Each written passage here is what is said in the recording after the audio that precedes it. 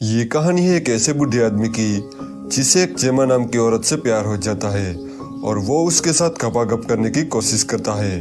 Hello दोस्तों, आज हम जिस मूवी को एक्सप्लेन करने वाले हैं उस मूवी का नाम है जेमा बावरी, जो 2014 में रिलीज हुई थी। मूवी स्टार्ट होती है और हम मार्टिन नाम के एक आदमी को देखते हैं। वो फ्रांस के एक छोटे से गांव में रहता है।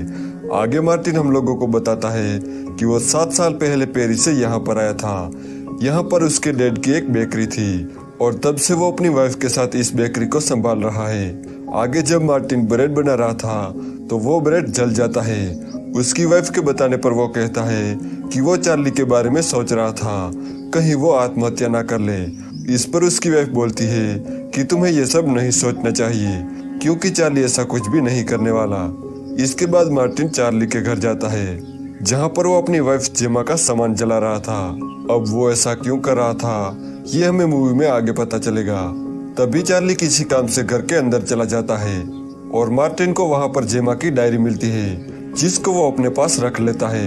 घर आकर माइकल उस डायरी को पढ़ने लगता है और यहीं से कहानी फ्लैशबैक में चली जाती है। यहाँ पर हम उस दिन को देखते हैं जिस दिन चार्ली पहली बार अपनी वाइफ जेमा के साथ इस गांव में रहने आया था। अब अपने गांव में नए लोगों को देखकर मार्टिन उनके पास जाता है और उनसे बातें करने लगता है। एक दिन जेमा और चार्ली मार्टिन के दुकान पर आते हैं जहां पर मार्टिन जेमा की खूबसूरती देखकर उस पर लट्टू हो जाता है।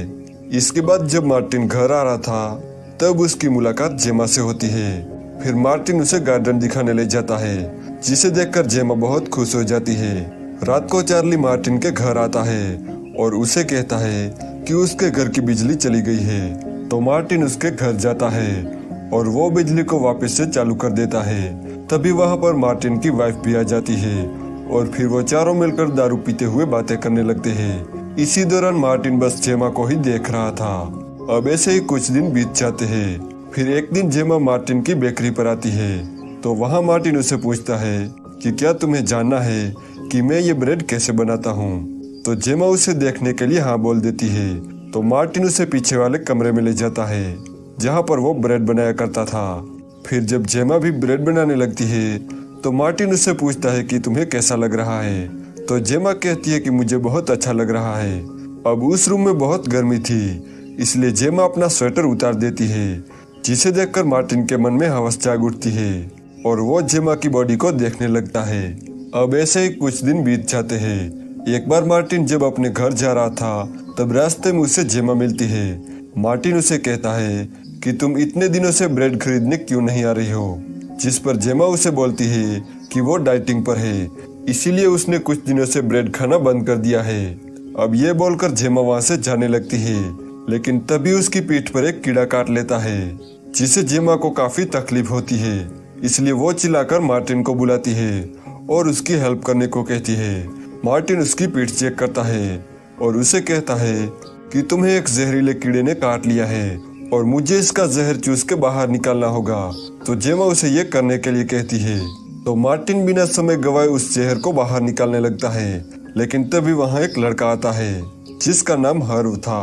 वो मार्टिन से कहता है कि तुम ये क्या कर रहे हो। अब मार्टिन उसे सारी बातें समझा रहा था लेकिन तभी जेमा नीचे गिरकर बेहोश हो जाती है। ये देखकर वो दोनों उसे हॉस्पिटल में लेके जाते हैं जहाँ डॉक्टर जेमा को एक इंजेक्शन लगाता है और उसे कहता है कि अब तुम खतरे से बाहर हो। फिर जब वो दोनों घर आ रहे थे तब जेमा मार्टिन के कंधे पर सर रखकर सो जाती है। मार्टिन ये देखकर बहुत ज्यादा खुश हो जाता है। अगले दिन जब मार्टिन अपने शॉप के बाहर खड़ा था तब वो जेमा और हर्व को बातें करते देखता है। उन दोनों को देखकर मार्टिन सोचता है कि जल्द ही इन दोनों का अफेयर स्टार्ट हो जाएगा।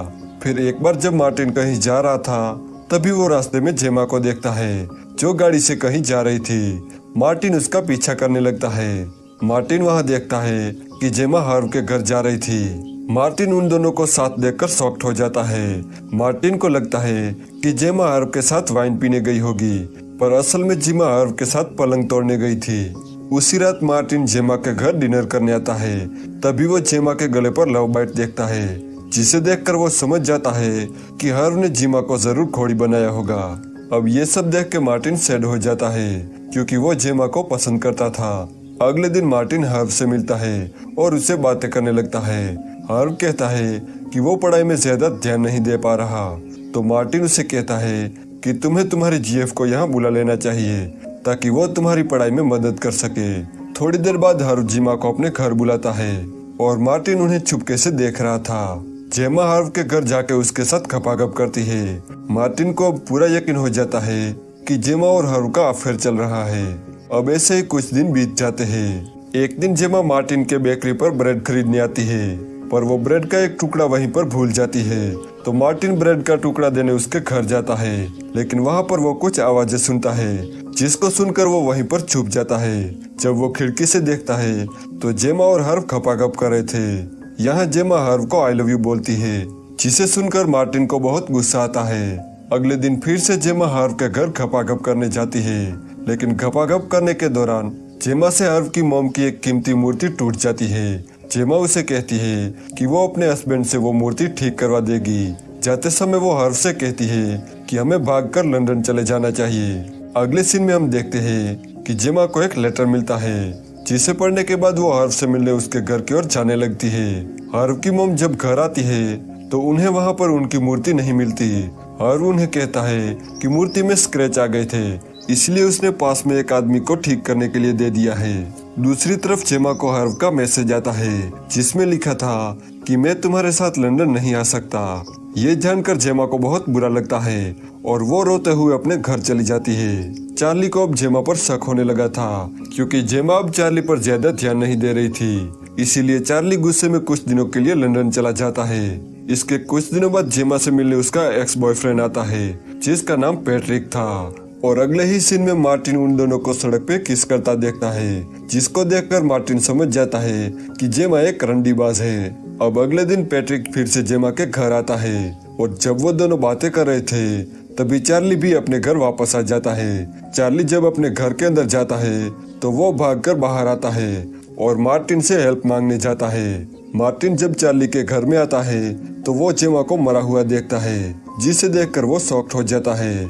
इसके बाद वहाँ पुलिस आती है और जेमा की बॉडी को पोस्टमार्टम के लिए ले जाती है। फिर उसी रात जब पोस्टमार्टम की रिपोर्ट आती है तो मार्टिन को पता चलता है कि जेमा की मौत गले में ब्रेड फंसने की वजह से हुई है। फिर ये बात अगले दिन मार्टिन चार्ली को बताता है, जिस पर चार्ली उसे बोलता है कि जेमा की मौत उसकी वजह से हुई है, क्योंकि जब वो घर में गया तो उसने पैट्रिक को जेमा को घोड़ी बनाते देखा, जिसको देखकर उसे लगा कि वो जेमा के साथ जबरदस्ती कर रहा है, इसलिए वो उसके साथ लड़ने लगा। तभी पैट्रिक भी वहां आ जाता है और वो उन्हें बताता है कि जब जेमा ब्रेड खा रही थी तभी वो पीछे से आके उसे किस करने लगा, जिस वजह से उसके गले में ब्रेड फंस गया। और जब वो उससे निकालने की कोशिश कर रहा था तभी वहां पर चार्ली आ जाता है और गलतफहमी की वजह से दोनों में लड़ाई हो जाती है। अब उस लड़ाई में वो दोनों इतने बिजी हो गए कि उन्हें जेमा का ख्याल ही नहीं आया और जेमा की दम घुटने की वजह से मौत हो गई। अब यहाँ से फ्लैशबैक खत्म हो जाता है और फिर हम यहाँ पे मार्टिन के बेटे को देखते हैं, जो मार्टिन को बताता है कि हमारे पास में एक रशियन कपल रहने के लिए आए हैं। अब ये सुन के मार्टिन तुरंत उनसे मिलने जाता है और यहीं पर ये मूवी एंड हो जाती है।